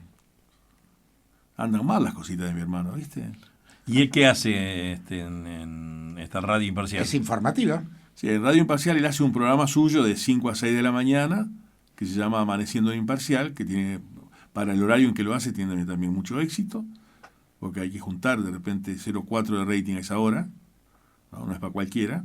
Es que hay gente, público para todo momento y para todo horario. Tuviste, ¿no? En la madrugada, en la noche, en la tarde, en la mañana. Muchas veces la madrugada se menosprecia y hay mucha gente que no duerme escuchando radio. Pero aparte, y los que trabajan, ¿no? En la madrugada, en los horarios tempranos, vos lo que conseguís es una mucho mejor calidad de audiencia, porque a las 4 de la tarde vos estás escuchando la radio y compatibilizás la radio con una cantidad de otras actividades, ¿no?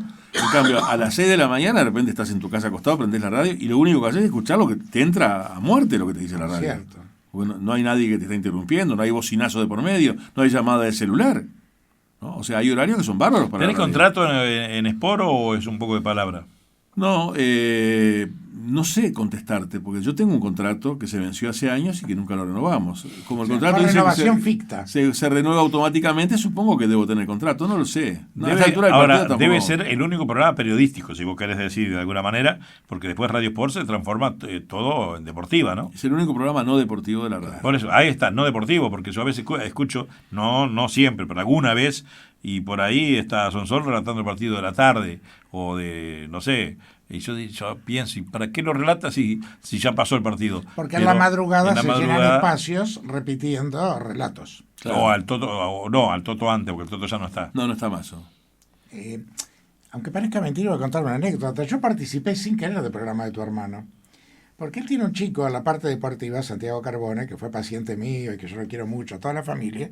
La mamá va a viajar con nosotros a Europa ahora. Y donde me dice, che, Jorge, yo te puedo hacer una pequeña entrevista sobre la lesión de Suárez, a ver qué opinás vos. Le digo, sí, cómo no, hacémela. Y lo saco al aire. Pero mirá qué bien.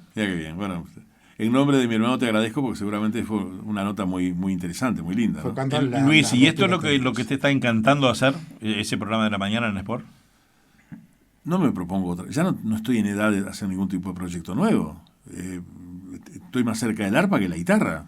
Vamos a ser sinceros. Mi Pero estás contento porque es lo tuyo. Claro, y porque si me sacás el programa de radio me convierto en un viejo de mierda. Lo único que me salva de ser un viejo de mierda es parodiando. Pero ¿no te cuesta, por ejemplo, levantarte 4:30 de la mañana en este invierno, por ejemplo, que hace un frío de caguera? Sabes que le doy gracias a Dios porque ni siquiera el Señor me da oportunidad ni siquiera de disfrutar el frío. Salgo de mi casa, el auto lo tengo en el garaje, llego a la radio y paro en la puerta porque a esa hora no hay nadie. O sea, son 4 metros que tengo para dar 2 bocanadas de frío y ya está. O sea que no me cuesta. Ya estoy habituado, es mi rutina. Hay mucha otra gente mucha más sacrificada que yo. Bueno, hablemos de otras cosas. Vamos a meternos un poco en la vida ¿Cómo privada, no? tipo Sí, sí. intrusos. ¿Cuántos matrimonios? Bueno, Me intrigó lo de matrimonio Sí, dos sí, veces con la misma reincidencia, mujer. pero vamos a ver cómo viene la historia. Yo me casé 2 veces. Por el Palacio de los Giles pasé 2 veces nada más, ¿no? Pero en realidad he tenido 4 parejas estables con las que he vivido suficiente cantidad de tiempo como para sentirlas mis esposas, ¿no? Ahí no fuiste muy tímido. Yo qué sé, o capaz que como fui tímido no elegí bien. Y entonces me pasé la vida eligiendo y bueno, y recién ahora sí, estoy con una compañera que deseo de todo corazón que me dure hasta el último de mis días. La ¿no? conocí hace 3 meses que vos viniste invitado por Frade acá. Sí, un amor de mujer, una maravillosa compañera que la quiero de todo corazón. ¿Cuánto tiempo llevas con ella? 9 años. ¿Y por qué decís que lo demás no te fue bien? No, yo no digo que no me haya ido bien. Simplemente que las cosas no funcionaron porque no funcionaron. Muchas veces las cosas no funcionan, yo qué sé. Me casé con 22 años, con la santa del barrio, la muchacha con la que todos soñábamos. No puedo decir nada, una estupenda mujer. Tuve 4 hijos con ella, pero fui un poco lerdo para darme cuenta que de repente no era lo que yo hubiera necesitado buscar. Tal vez fue la ilusión de la imagen. ¿Pero fue la que volviste? ¿Por qué Claro. volvés? Y vuelvo porque ¿Cuántos años pasaron después que se separaron? Más de 20. ¿Más de 20? Claro. ¿Pero vos tuviste otras mujeres ahí en ese interín? En el interín me caso de nuevo. Cuando me voy a los 30 y pocos años de mi primera esposa, me caso con mi segunda esposa. Tengo otra hija, María Eugenia, completo 5. Enrique, que hoy está cumpliendo 48 años.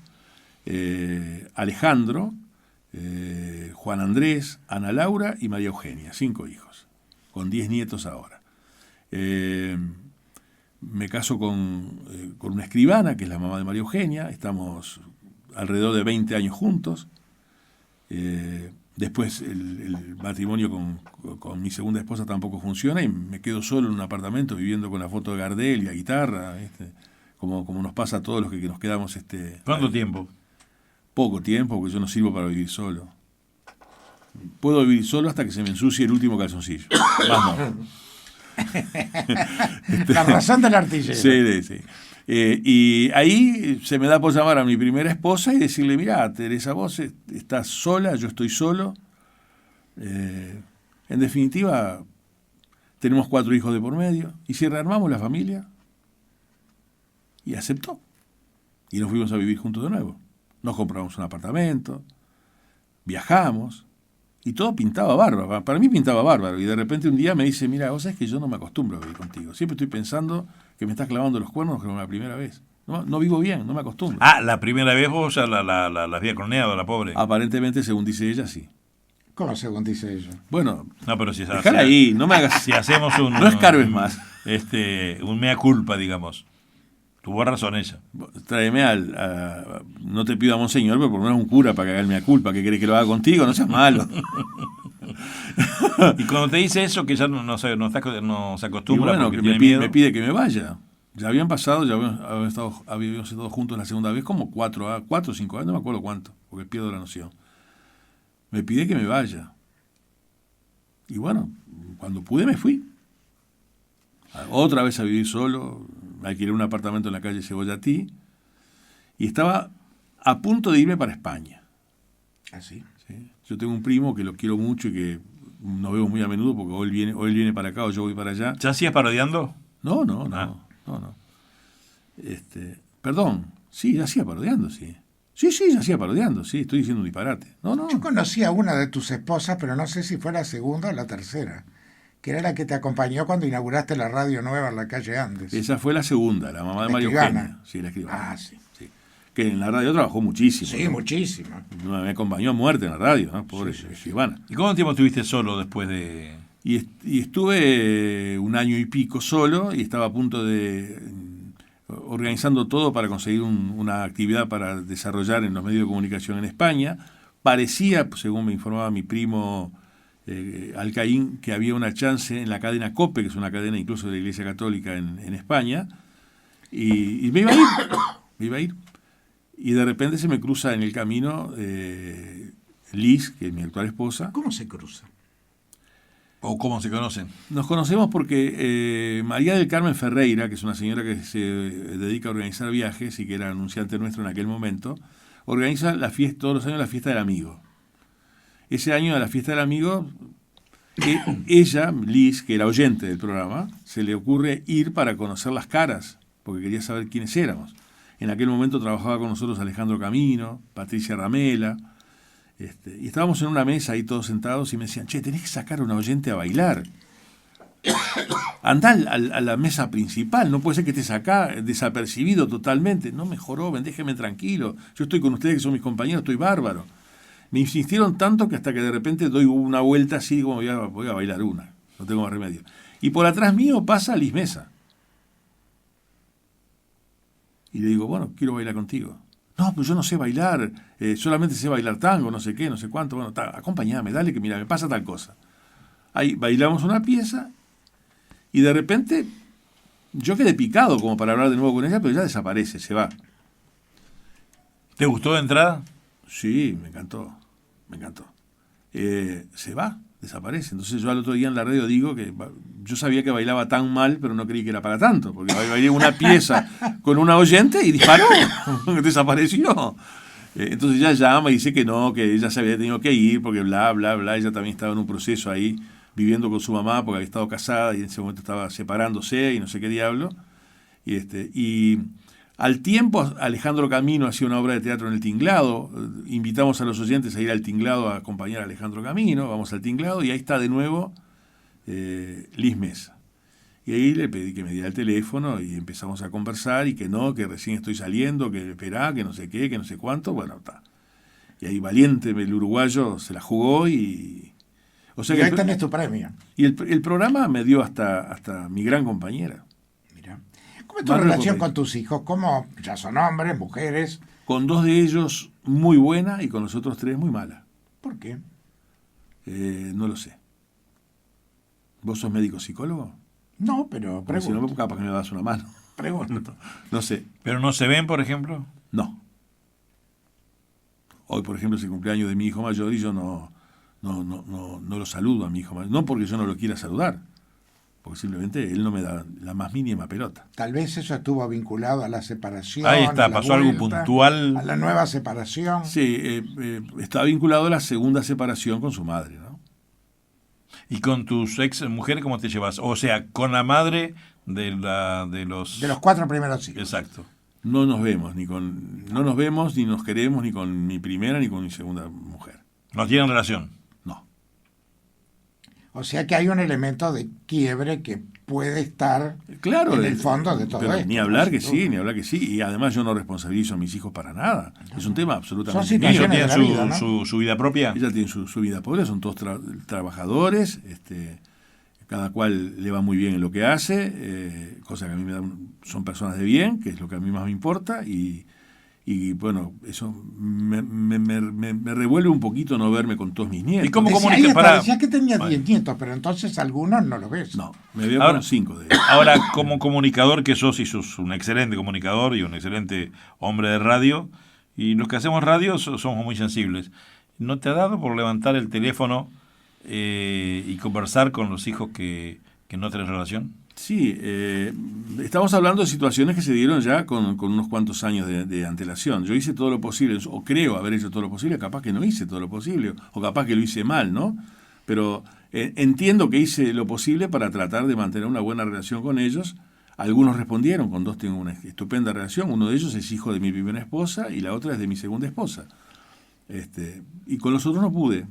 Entonces llegó un momento en que dije, bueno, voy a hacer mi vida con la gente que quiera hacer la vida conmigo y no me puedo que pasar que escribir un tango no como que no se encontró sé. el camino, digamos. Ahora, como padre, digo, yo no soy padre biológico, entonces no puedo opinar mucho, pero como padre, ¿no los extrañás? Y que ojalá Claro que que tengamos a claro que Parodi, pero muchísimos años más. Y el día que te vayas de este mundo, ¿no te gustaría que ellos estuvieran al menos en ese momento junto a vos? Sí, claro que sí. Los extraño y me encantaría darle un abrazo a cada uno de ellos y decirle que los quiero mucho, ¿cómo no? ¿Esa es la gran deuda que tenés contigo mismo? Sí, haber sido un pésimo padre, ¿no? Digo, evidentemente, si me la pasé cambiando mujeres y aparte de las oficiales, loqueando para aquí y para allá, estoy de alguna manera recogiendo lo que sembré. Digo. ¿De alguna manera fuiste un padre ausente? Mis hijos piensan que sí, es la opinión que vale. Yo te podría dar una cantidad de argumentos en contra, pero no valen los argumentos míos, valen los argumentos de ellos. Claro, pero también podés haber estado ausente por razones laborales, por ejemplo. No, yo ausente no estuve nunca y me consta que el primer televisor color que compré en mi vida, ya no estando con mis hijos, fue para mis hijos. El primer equipo de audio que compré en mi vida no fue para mí, fue para mis hijos, pero eso no lo percibieron mis hijos. Vaya a saber por qué. Seguramente debe haber habido un teléfono descompuesto en el medio, o no sé, o no habré hecho lo suficiente. Con el tío, con el tío, con tu hermano, ¿se llevan mal también? ¿Que no tiene nada que ver en el asunto? Sí, no se llevan mal, simplemente no tienen mucha relación, no tienen una relación muy cercana. Yo sí, con mi hermano tengo una relación muy cercana, de hecho hoy lo llamé de mañana a Imparcial y digo, Jorge, ¿querés venir a comer a casa? Que como sé que estás solo, que la señora está en París, me dice, no, vos sabés que me invitó Matías. Matías es un hijo de mi hermano, ¿no? Un sobrino mío. Pero digo, con mi hermano nos hablamos a cada rato, tenemos una excelente relación, gran tipo mi hermano, ¿no? Y en general con toda mi familia me llevo muy bien. Pero ¿Ninguno de tus hijos optó por los medios? no, y ni mis nietos tampoco, porque ya tengo nietos grandes. Tengo un nieto de 23 años que es profesor de música, que da clases en los liceos, que ejecuta muy bien el piano, que canta en coros. ¿Y esos nietos cómo lo ven al abuelo? Creo que muy bien, creo que todo lo malo que fui como padre, soy sacado de lo parejo como abuelo con los que puedo serlo, ¿no? Creo que muy Ahora bien. sos duro con vos mismo, porque hay que decir, soy malo como padre, o fui malo como padre. ¿Y por qué me voy a engañar? ¿Ganas algo engañándote? Pero hay que ser valiente para asumirlo. Claro. Bueno, si esto ustedes lo toman como un gesto de valentía, bienvenido sea, siempre es bueno ser valiente. Pero digo, yo no lo tomo como un gesto de alguna manera de fracaso. Hay un aspecto de mi vida que fracasó. Ahora, tú has hablado mucho, hablas del colegio, hablas de Santa Gema, has hablado de tu cercanía con sacerdotes.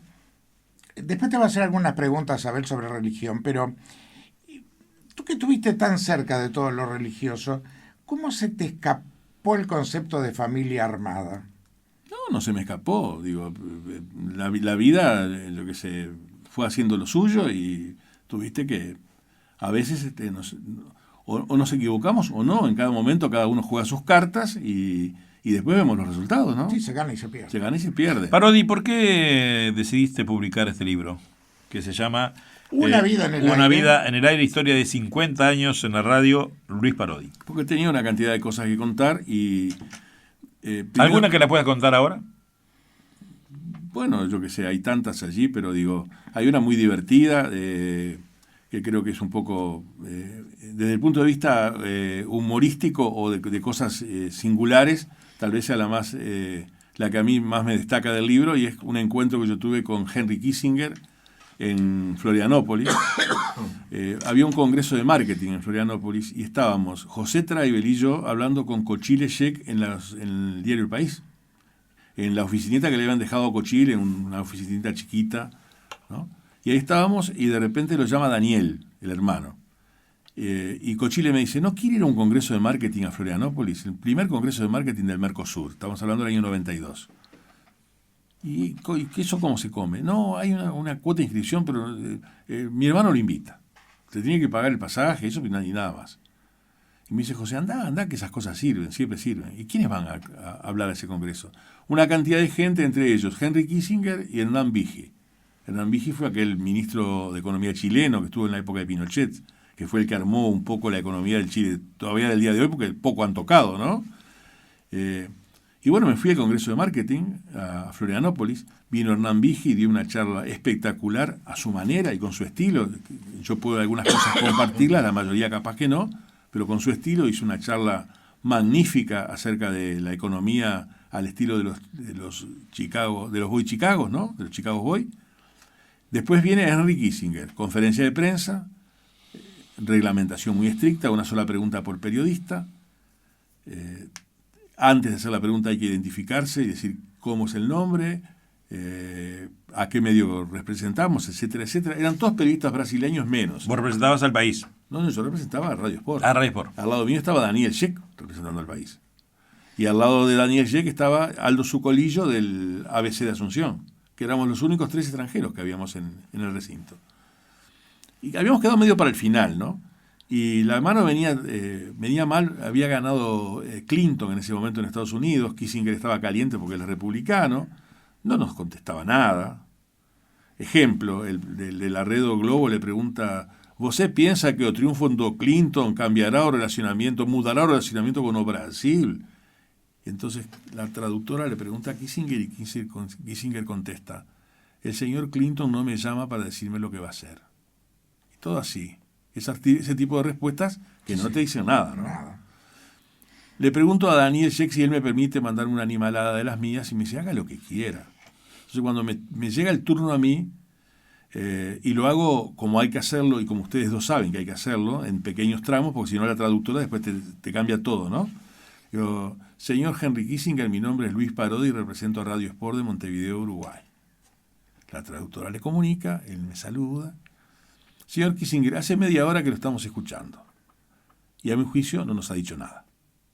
Hago la pausa, la traductora le tiene que pasar a Kissinger.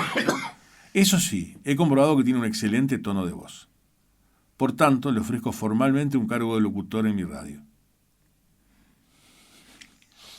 Entonces el tipo mira a ver quién es el anormal que le había dicho eso, y me responde a través de la traductora, dice el señor Kissinger que cuando aprenda a hablar castellano va a aceptar su ofrecimiento.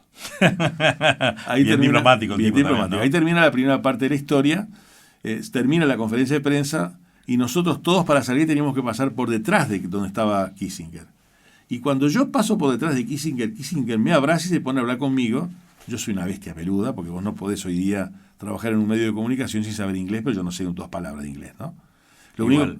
Igual. Somos 2 bestias peludas. Exacto. O sea, no sé si me puteó, si me felicitó, no sé qué me dijo Kissinger, porque no sé lo que habla en inglés. El hecho concreto es que en ese momento, mientras Kissinger me abrazaba, estaban los fotógrafos de los diarios, las cámaras de la televisión. Entonces el otro día en el diario ABC, el ABC era el de Paraguay, ¿no? El diario 0 Hora de Porto Alegre, en la primera plana aparecíamos abrazados Kissinger y yo. Claro, estaba en la nota, seguro. Claro. El hecho concreto es que, esa fue la anécdota divertida, no sé si la elegí bien o mal, pero es una de las que figura ahí en el Bien. libro. Acá hay una cosa que yo no la sabía o nunca te escuché. ¿Relataste fútbol? Sí. ¿Cuándo? Al principio de todo, en el año 68, 69. Muy mal, ¿eh? ¿En qué radio? Olvidarlo. En Radio Clarín y después un tiempo en Radio Fénix. Pero mejor olvidarlo. ¿Te gusta el fútbol? Me gusta ir a ver a Danubio y nada más. ¿Sos hincha de Danubio? Sí, claro. Y socio vitalicio. Toda la vida. Toda la vida. No me gusta mucho el fútbol. ¿Cuándo nos queda, Jorge? Me quedan preguntas para... Todavía nos quedan 17 minutos. Bien, una pregunta. Vos que tenés tantos años de radio, 50 años de radio, y has conocido a mucha gente, pero mucha gente, desde el punto de vista como empleado primero, como director, después como dueño de radio, ¿te defraudó mucha gente y otra gente te respaldó? Y eso pasa siempre en la vida. Tanto te dediques a la radio como te dediques a cualquier otra actividad, siempre vas a encontrarte con gente que te va a parecer maravillosa y gente que no te va a parecer tan maravillosa. Pero hay algún tipo que vos, por ejemplo, no le hablás y ni le gustaría que te hable, lo borraste de Que tu... especialmente te haya defraudado. No, hay gente que me ha defraudado, pero digo, traté de olvidarme, ¿no? Digo, no lo tengo en cuenta. Pero si lo ves, ¿lo saludás? Sí, si se da la ocasión. Hay gente a la que yo no voy a buscar para saludar, ¿no? Digo, si están en una reunión, a la inmensa mayoría de la gente que está en los medios voy a buscarla y a darle un abrazo, y tengo muy buena relación con la mayoría, pero de repente hay, contados con los dedos de una mano, personas a las que yo no me voy a acercar a saludarlos, pero tampoco les voy a negar el saludo si me vienen a saludar, ¿no? O sea, y de lo que pasó me olvidé, ya está. ¿Cómo ves la política uruguaya? Francamente, el tema está en que lo tenemos que contextualizar, ¿no? Yo te diría que la veo tan mal como siempre. ¿No crees que se repiten fórmulas de 50 o 60 años atrás? No, yo creo que de 100 años atrás. Bueno, Creo peor. que el Frente Amplio en este momento es encarnado al 100% el vallismo. El principio del siglo XX fue el vallismo, y el principio del siglo XXI es el Frente Amplio, con las mismas herramientas, Sí, señor. con la misma estrategia, Pero en épocas muy distintas. claro, adaptadas a épocas muy distintas. Por eso es que el Partido Colorado prácticamente está en Fue un... succionado por el Frente Amplio. Totalmente. Y se lo anunció Sereñi a Pacheco Areco. Yo no sé si ustedes lo saben, pero en su momento el general Líber Sereñi quiso ser el candidato de alternativa del Partido Colorado, en lugar de Bordaberry. Y cuando Bordaberry le dijo que no, Sereñi le dijo a... Cuando Pacheco le dijo que no, perdón, Sereñi le dijo a Pacheco, mire que se está jugando el futuro del Partido Colorado, Se equivocó. presidente. Se equivocó. Y ahí fue donde Sereñi decidió fundar el Frente, cuando Pacheco le dijo que no a esa proposición suya. Y Sereñi muy inteligentemente se vino con una valija llena de principios, llena de aciertos y errores, de todo lo que hizo el Partido Colorado durante 90 años, ¿no? Pero digo, se lo llevó todo para el Frente. Claro, pero no es precisamente tampoco lo que hace el Frente Amplio. Ahora, vos sabés que la vida son ciclos, ¿verdad? Es cíclica la cosa. ¿Vos crees que los partidos tradicionales puedan volver, quizás en las próximas elecciones? No el Colorado, por cierto, sino los blancos. Soy muy escéptico. Creo que los uruguayos nos hemos quedado sin zanahoria. ¿Qué significa? Viste que a los burros que tenían que dar vuelta alrededor de la noria, le ponían una zanahoria adelante, los tipos iban tirándole el mordisco a la zanahoria y así iban caminando. Nos hemos quedado sin zanahoria, no tenemos detrás de qué ir. No hay líderes. Porque en definitiva no hay líderes, pero además nos han defraudado todos. ¿No? O sea, Nunca como ahora desfilaron todos. ¿Cómo ves vos que sos un periodista muy bien informado, cómo ves la corrupción política de Brasil, la corrupción política argentina? Acá no podemos decir que acá hay corrupción también, pero como nadie denuncia nada, no pasa nada. Pero esos 9 millones que tiró este amigo López en un convento, y después todo lo que está apareciendo en el fútbol, en toda la Argentina, Desde a nivel costearlo en teleteatro antes del Boca. Exacto, en general. ¿Cómo ves eso? Vos sabés que desde hace mucho tiempo que yo estoy convencido de que la corrupción es como la gripe. Lo importante es que no haya epidemia, ¿no? Pero corrupción siempre hay en todos los ámbitos, no solamente en el ámbito político, ¿no? Ustedes son personas que ya tienen su trayectoria en distintos segmentos de la sociedad y a lo mejor coinciden conmigo. Corrupción siempre hay. Siempre. La hubo. La Y no hubo, solo la hay y la hará. política. Pero en No esta solo forma la es política. atroz. Cristina Kirchner se quiso quedar con la Argentina para ella directamente. El tema está en que parecía que en América Latina había venido una onda de gobiernos izquierdistas que tal vez tuvieran otra ética, otra manera de encarar las cosas y lamentablemente han perdido la virginidad. Eran reivindicadores de las buenas costumbres. Han perdido la virginidad. Con Lula, ¿no? Que lo primero que le pasa es que se le vaya José Dirceu preso, que era su mano derecha por el tema del mensalón, para sacar las leyes, le pagaba a los diputados, tomá tanto y votá, y vamos arriba. Horrible. ¿No? Después con Cristina Fernández, pero lo que está pasando lamentablemente en Venezuela, ¿no? Un proceso que hubiera sido muy difícil para Chávez, pero al menos Chávez era un gran líder, ¿no? Nadie lo Y puede aparte discutir. tenía una mentalidad diferente. Ahora, el señor Maduro que se vaya a hablar con los pajaritos, pobre, ¿no? Digo, ¿Tocás todos estos temas en Parodeando? sí, señor. Tengo los 71 comentarios de años. Si no noticias. digo lo que pienso ahora, ¿cuándo querés que lo diga?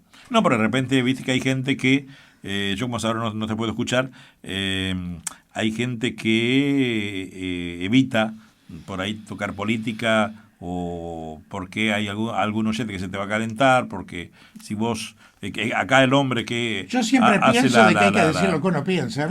A mí me encanta que me alaben o que me destruyan, pero símbolo de que alguno dijo algo que representa a algunos. Y Además otros hay no. distintas etapas en la vida. De repente vos en determinados momentos estás proyectando cosas para adelante y decís, bueno, no, yo tengo que manejarme en lo políticamente correcto, o tengo determinadas aspiraciones muy legítimas, como por ejemplo las que tenés tú desde el punto de vista político, que las admiro, me parece bárbaro. Además, son aspiraciones en las que vas contra la corriente. Claro. Igual vamos Sí, arriba, sí, te sí. felicito. Eso lo hace Sí, más sí. válido. Lo hace más válido, te felicito, pero no es mi caso. Yo no tengo ninguna aspiración política.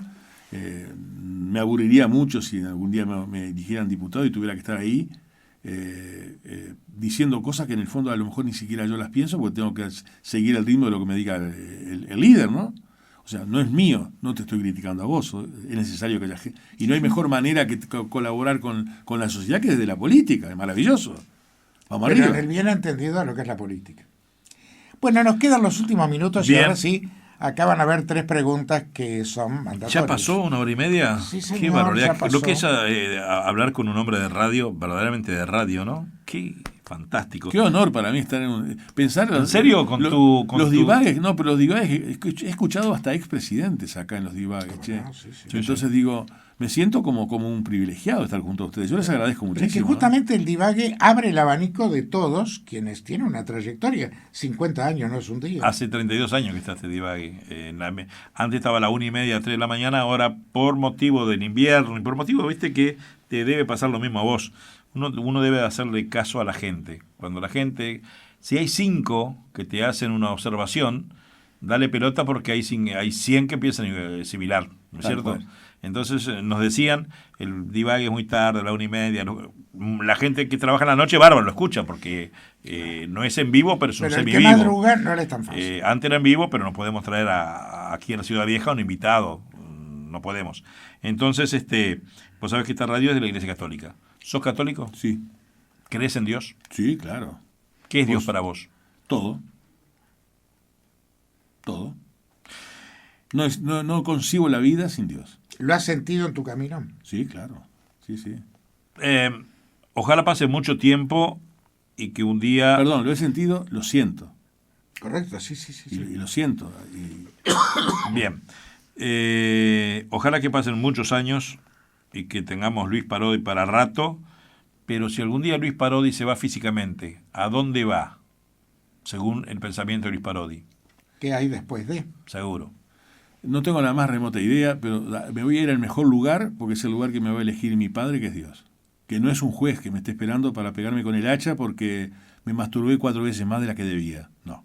Es un padre y amigo que me va a llevar al mejor lugar que yo me merezca. O sea que estoy tranquilo. ¿Sos de rezar? Sí. Y ¿Vas a pedir- misa? No todos los domingos, pero suponete que una vez por mes voy a misa, sí. ¿Le has pedido cosas a Dios? Dios, ayúdame en...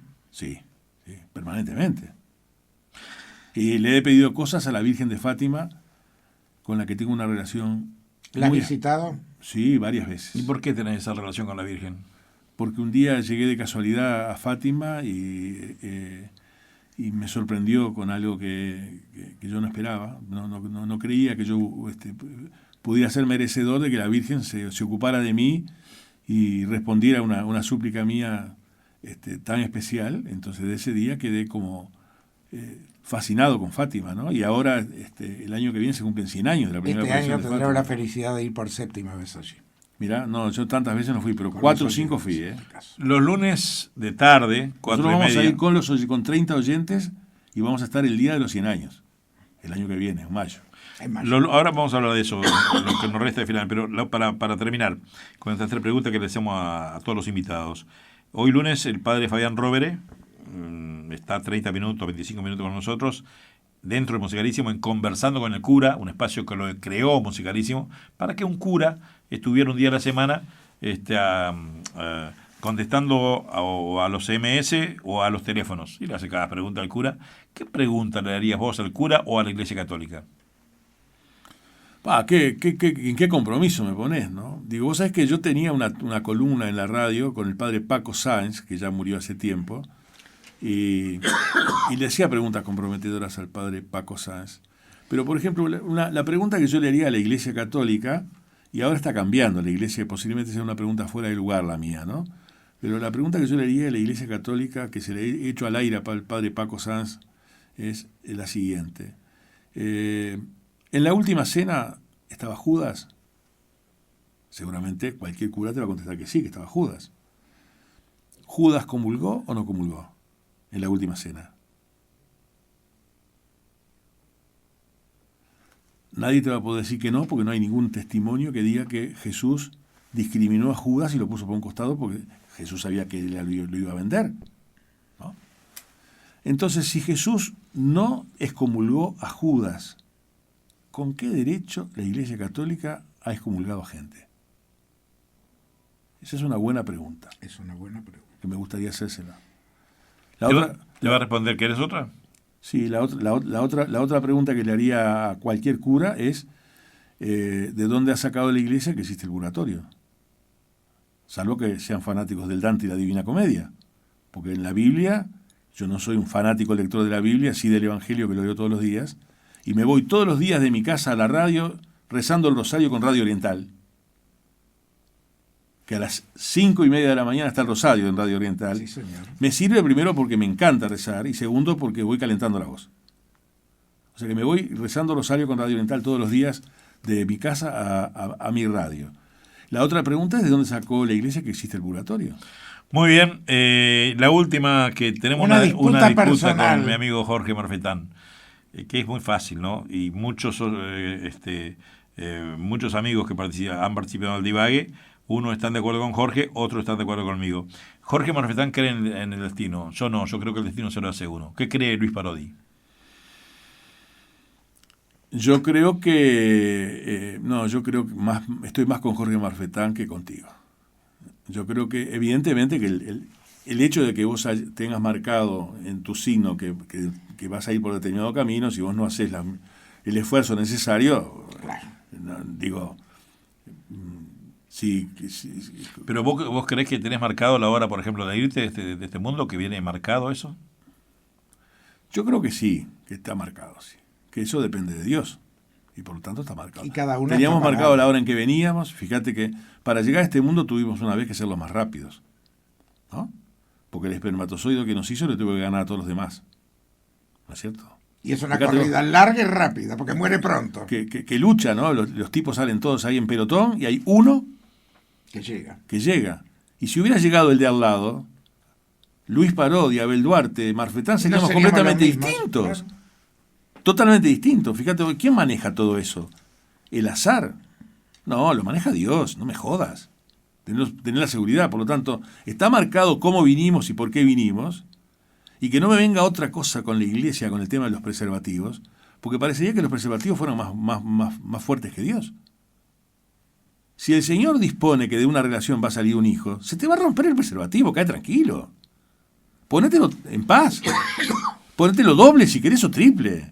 No hay problema, Dios puede más que un preservativo. Por algo ha pasado. Puede más que una píldora anticonceptiva. El único tratamiento 100% efectivo contra la concepción es la aspirina. Ponerte una aspirina entre las piernas, apretala, que mientras no se te caiga la aspirina no quedas embarazada. La última, ¿has viajado mucho? Mucho menos de lo que hubiera querido, mucho más de lo que han viajado otros. Con Marfetán no puedo competir de ninguna manera. Por ejemplo, he ido 10 veces a Europa. No sé si es mucho o es poco.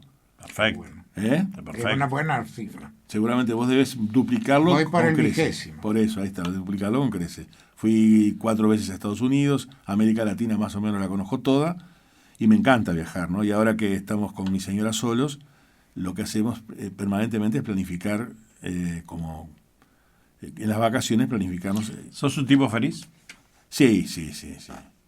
Soy feliz aunque me toque la más dura, porque de todo tenés que sacar cosas buenas. No. Soy feliz, siempre estoy contento, tengo buen carácter. ¿Y qué más te puedo decir? No sé. Antes de cerrar esta charla, me gustaría que leyeras esta parte final de la solapa del libro, porque me parece realmente extraordinaria. No sé si la elegiste tú. No, la eligió mi señora. Bueno, pero léela, por favor. La tapa del libro Una vida en el aire tiene a un panadero que va esparciendo con el viento sus partes, ¿no? Claro. Y acá dice que las semillas del panadero tienen la capacidad de extenderse gracias a su paracaídas que las ayuda a volar lejos de la planta madre. Hasta el más suave de los soplidos puede generar escuadrones que despegan y vuelan alto, lejos, en el cielo. Bueno, y esta es una cita de un señor que acá yo leo, David Attenborough, que no sé cómo miércoles se pronuncia, La vida privada de las plantas. Así son las palabras, expuestas a las ondas descubiertas por Don Hertz y otros inventos posteriores. Me parece fantástico. Don Luis Parodi, gracias por compartir este divague. Hoy lunes a las 6 de la mañana ya estás al aire en Radio Sport. Espero que te hayas divertido, que hayas pasado bien en este divague. Fue un honor que me hicieron, muchachos, que ustedes no se lo imaginan. Estoy feliz de que me hayan invitado al divague, porque es algo que lo he escuchado muchas veces. No le digo que siempre, porque por los horarios míos, imagínense que de madrugada estoy durmiendo, pero muchísimas veces. Y he escuchado figuras muy importantes acá, y yo nunca creí que fuera merecedor de compartir este espacio tan lindo. Y los felicito por la trayectoria de los dos, los felicito por el trabajo que hacen, por lo buena gente que son, y por favor que no nos falte nunca Musicalísimo, ni Abel Duarte, ni el doctor Marfetán. La verdad que ha sido un placer, ¿eh? Plena satisfacción. Hacía tiempo que queríamos estar con Luis Sí, Parodi. sí. Pero bueno, Eso las es cosas tan en su importante, momento se dan. son tan importantes como los 32 años que hemos invitado a gente como vos. Gracias.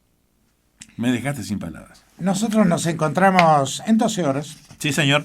A las 3 de la tarde de Pero ustedes de siguen hoy ahora en lunes. Musicalísimo Sí, con sí. Gustavo Farré, ¿eh? Exactamente hasta las 3, hasta las 3 de la mañana. Y estuvo en control de audio. El señor Henry Lagarde.